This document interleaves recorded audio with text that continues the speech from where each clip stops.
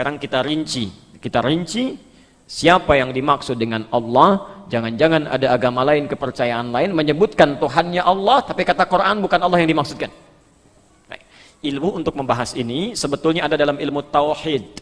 Dalam 3 aspek pembahasan utamanya, maka bagian pertama itu yang terpenting, yang mengenalkan aspek ketuhanan Allah. Dalam bahasa Arab, aspek ketuhanan disebut dengan uluhiyah. Oke. Sebentar. Lihat sini. Dulu awal-awal masa Islam, kalau ayat turun terus kalimatnya selalu menggunakan Rabb, ya. Misal, Qul a'udzu birabbin nas. Misal sebelumnya, Qul a'udzu birabbil falaq. Selalu Rabb. Alastu birabbikum. Orang-orang di sekitar nanya, Muhammad, siapa sih Tuhanmu yang sesungguhnya? Cuman Rabb saja. Ya, karena yang lain juga nyebut Rabb. Maka turunlah kemudian surah yang langsung menjelaskan entitas real dari ketuhanan yang sesungguhnya, dari sisi namanya dan dari sisi sifat-sifat keagungan Tuhannya. Maka turun surah Al-Ikhlas itu. Qul huwa, katakan Muhammad, huwa yang disebut Rabb itu adalah Allah. Ini tulisannya. Ya. Bukan cuma Allah, tapi nama ini memiliki satu sifat yang melekat kepadanya yang tidak bisa disaingi oleh nama-nama yang lainnya. Kalaupun ada yang mengatakan Tuhan dia disebut Allah juga, Allah yang ini punya sifat yang tidak melekat pada Tuhan-Tuhan lain. Ahad. Qul huwallahu ahad. Baik. Sebentar. Boleh saya hapus sebentar yang ini? Saya hapus dulu. Bismillah. Sekarang perhatikan. Ini ahad di luar biasa, ini kalimat sangat luar biasa. Ya. Ada wahid, ada ahad, itu berbeda.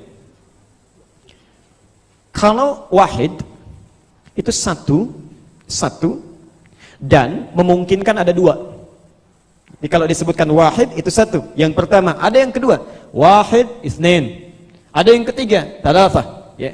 Jadi kalau satu berpotensi ada 2, maka bahasa Arabnya disebut dengan wahid. Tapi kalau misalnya, awas, disebutkan satu-satunya tidak akan pernah ada 2, itu kalimat yang berubah dari wahid menjadi ahad. Karena itu kalimat di Quran kalau menyebutkan kata wahid yang dimaksudkan Allah itu selalu ditambah dengan ilah sebelumnya. Wa ilahukum ilahu wahid, nggak bisa berdiri sendiri. Di ilah nggak bisa berdiri sendiri, wahid tidak bisa berdiri sendiri. Ya. Tapi kalau kita ingin menyebutkan dengan satu kata saja, satu-satunya tidak ada 2, maka kalimatnya menjadi ahad. Ya. Kalau ditambah alif lam di depannya menjadi waktu. Waktu yang pertama itu maksudnya. Ya. Di ada hari yang pertama namanya hari apa? Tuh. Pakai al-ahad. Ya. Itu dari bahasa Arab al-ahad. Coba diserap ke dalam bahasa Indonesia, disingkat jadi ahad. Ya. Alnya hilang. Ya. Indonesia kan suka nyingkat-nyingkat ya. Nah itu. Tapi tidak semua yang disingkat itu bisa disingkat, jadi masalah nanti ya. Soalnya lagi rame-rame ada yang diracun pakai sianida ya. Kan inisialnya J Kumala Wangso itu. Kalau disingkat jadi bahaya nanti ya. Makanya jarang disingkat sama polisi sekarang tuh. Itu bisa salah lihat. Anda aja sudah tersenyum. Sudah, itu bukan bahasan kita. Yuk sini. Lihat.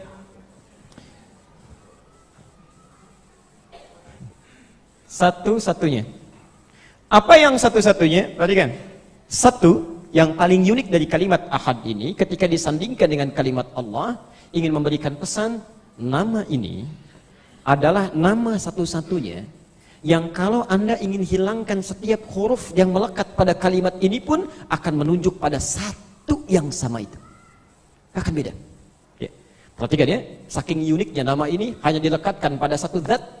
Tidak ada zat yang lain. Kalau Anda bandingkan dengan nama Tuhan yang lain tidak akan sama. Contoh.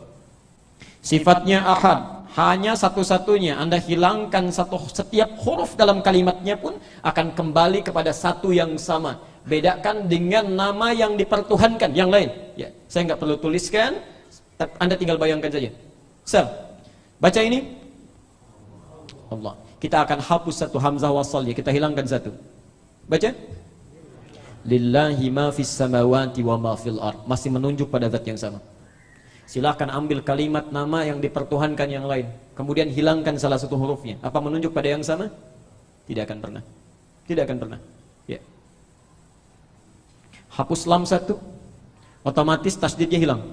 Baca lahu mulkus samawati wal ardh. Masih menunjuk pada yang sama. Hilangkan lagi lamnya satu, Allah. Jadi apa? Hu ini singkatan dari kata huwa, singkatan dari huwa. Kalau Anda baca Al-Baqarah 255, Allahu la ilaha illa, berhenti, kalau berhenti wakaf di kata huwa, maka wa-nya enggak bunyi. Allahu la ilaha illa hu, singkatan dari huwa. Anda tanya lagi, siapa huwa ini? Dijawab kul huwa Allahu ahad. Anda hilangkan ini semua sampai nggak ada lagi. Baca. Ada bacaannya. Sesuatu yang tak nampak, gak kelihatan, dalam bahasa Arab disebut dengan ghaib. Al-Baqarah ayat ketiga. Alladzina yu'minuna bil. Semuanya menunjuk pada zat yang sama. Tuhan lain gak ada. Makanya nama yang diturunkan, diberikan oleh Allah, tidak mungkin ada orang yang paling jenius sedunia pun, sefasih apapun dalam bahasa Arab, yang bisa mengeluarkan satu kalimat yang bila dihilangkan keseluruhannya akan menunjuk pada yang sama, kecuali berasal dari sesuatu yang bukan makhluk, ya, yang dipertuhankan, Tuhan sesungguhnya. Jelas sampai sini? Kalaupun ada yang mengaku-ngaku saya juga sama, tulisannya begitu juga, tapi dari sisi ketuhanannya dia punya sifat, bukan cuma namanya. Dirinya ahad, satu-satunya, tidak ada duanya, apalagi tiga. Jadi kalau ada yang mengaku Tuhan saya juga namanya Allah, punya bapak enggak?